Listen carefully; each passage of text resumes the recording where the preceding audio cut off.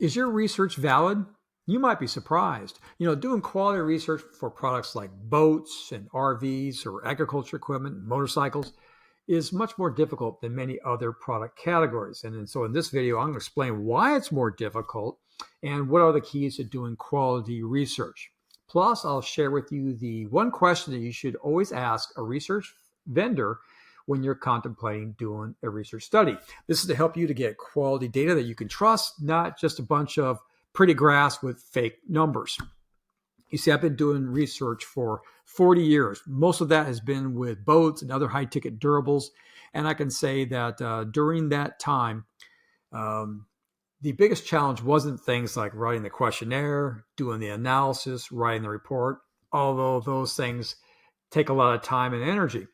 The biggest challenge is finding a legitimate and representative sample.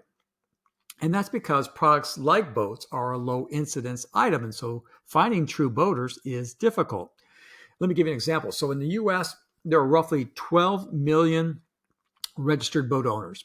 And as of 2025, there's roughly approximately 133 million households. So that puts boat ownership at roughly 9% of the population. But it is rare that I'm asked to do a study where I'm just looking for a generic boater. Instead, we're typically looking for boats of a certain type purchased within a certain time frame. For example, people who bought a pontoon boat new within the past 3 years. And when you define your sample that way, your incidence goes down to 0.1%. Talk about looking for a needle in a haystack. Now, here's the problem. 95% of research firms will go to online consumer communities to recruit participants. This is what they're accustomed to using for their other clients, mostly in packaged goods. It's quick, it's easy, and they can get a decent markup. But there's a dirty little secret in the research industry, and that is there's a high degree of fraud among panelists. This is because many join these online panels to supplement their income. So they may fudge their answers in order to qualify for more surveys. And once they're in, they may speed through the questionnaire because that increases their pay rate. Now, some will say that somewhere between 20 and 40% of respondents are fraudulent, but I've seen examples where it's actually been much higher than that. And the problem is even worse when you talk about low incidence products like boats. So let me show you what I mean. In this example, I'll assume that the goal is to recruit a sample of 200 pontoon owners, people who bought a new pontoon within the past 3 years. And as I mentioned earlier, the incidence of that is about 0.1% of US households. That means in order to find your 200 legitimate respondents, you would need to screen 200,000 people. Now, I can tell you, no company is actually going to do that because it would be cost prohibitive. And that's because the list cost increases when the incidence decreases. So one thing you could do, however, is eliminate portions of the population that you think would be low probability of qualifying. So you could eliminate people who earn under $50,000, people under the age of 35, people over age 70 in this particular example. And, perhaps with all that, you might be able to increase your incidence fivefold to say half of 1%. But that still means that you would need to screen 40,000 people in order to get your 200 sample. Or would you? Here's what it would actually look like in the real world. The research vendor might screen at most, I would say, 10,000 respondents. And of those, I'm going to assume that 20% of respondents are fraudulent. And as I mentioned earlier, that's probably a conservative estimate, likely to be much higher than that. And then I'm going to assume that you and the research vendor did a good job with your screener to weed out people who don't fit the qualifications. And so out of those fakers, only 7.5% guessed right and actually got through to the study. The reality is most companies actually construct their screeners to make it easier to qualify because this reduces their sample cost. See a pattern here? Now, based on this assumption, this means that you would have about 150 fraudulent responses for every 50 legitimate ones. which is a 3-to-1 ratio. So it's important to realize that many of you may be basing important decisions today off of what is perhaps faulty information. But does this mean you shouldn't do consumer research? Absolutely not.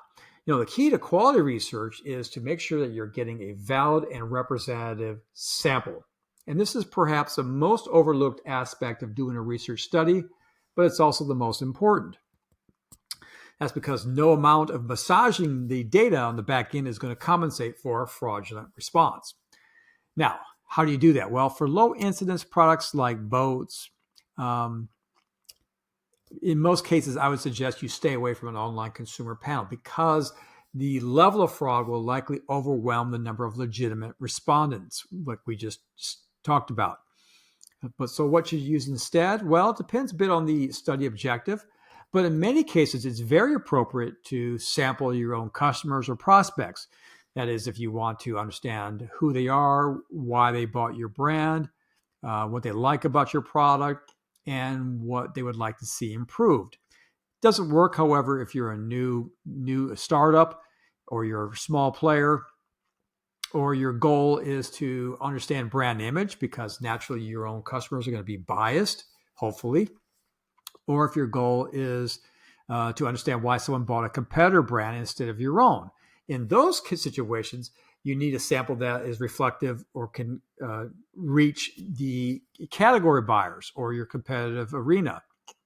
And in the case of boats, my recommendation is to work with state boater registration lists, which is what I typically do. That way you can pinpoint the precise type or brand of boat that you're looking for and whatever time frame that you're interested in. Problem, however, is that they generally do not have email addresses. So what I typically do is I'll send a postcard, which directs them to a landing page, and then that way they can access the screener and the questionnaire. Now, it is a bit expensive because when you factor in the cost for the list, printing, postage, and response rates, it gets a bit pricey. And based on my experience, it comes out to around $50 per recruited respondent nowadays. Now, you go back to my example earlier where we're looking for a sample of 200. That puts the total cost for the sample, the out-of-pocket cost, at $10,000. Now, a second approach that I will use to recruit boaters, for boaters anyway, is to recruit participants from my boater input community. These are people that I've recruited over the years through state boater registration lists or have opted in to my monthly newsletter to get tips on how to purchase, equip, or maintain their boat. In other words, these are people who were not incented to sign up to earn money taking surveys, but rather people who have joined to get information that's of value to them. And so we don't have that risk of those fraudulent respondents. Advantage of this is it's quick, but on the other hand, I don't have as broad a sample as we can get with state boater registration lists, so sometimes I need to supplement to fill a quota. But that's another option. Now, I have had some clients insist on using social media to recruit participants, and I get it. Quick, inexpensive, and it's also a big mistake in most cases. And that's because, especially if your survey is fairly lengthy and requires an incentive, which most surveys do, you'll find that when you try to do it through social media, your link will get picked up and spread across the globe, and you'll soon have responses coming in from Russia, China, Pakistan, Nigeria, all over the globe. You'll lose total control of your sample. You won't know who's take part in your survey or whether it's legitimate. And in all likelihood, it will not be. So I do not recommend social media in most cases. Now, so we talked about using your own customers. We talked about people who are maybe in the category. The third group would be people who are not currently in the category. So in the case of boats, again, these are people who may be thinking about getting their first boat. This is a bit of a challenge because you don't have a simple list that you can turn to. And so you may not have any other recourse other than to go to an online consumer panel. However, there are some precautions that you can take to increase the odds of getting a legitimate sample, and I'll talk about that in my next video. Now, before I go, I want to share with you some advice when dealing with an outside research vendor. You should always insist that they divulge the source of their sample and to break out the cost for sample recruitment and incentives separate from other project expenses. That way you can better compare across vendors and help and avoid the possibility of inadvertently eliminating a potential vendor because they built in additional cost to get a legitimate sample, although their other expenses may actually have been less. Well, if you have questions or would like help in fielding a study or recruiting participants for your own survey, you can reach me at info@leftbraininc.com or leave a comment down below. I'll also leave my contact information in the video description. And if you would like to see my subsequent video where I talk about how to structure a screener and a survey to reduce fraud and increase the chances of getting quality respondents, then you'll want to subscribe to my new Left Brain YouTube channel as well so you don't miss that. Thanks for watching, and I will see you on the next one.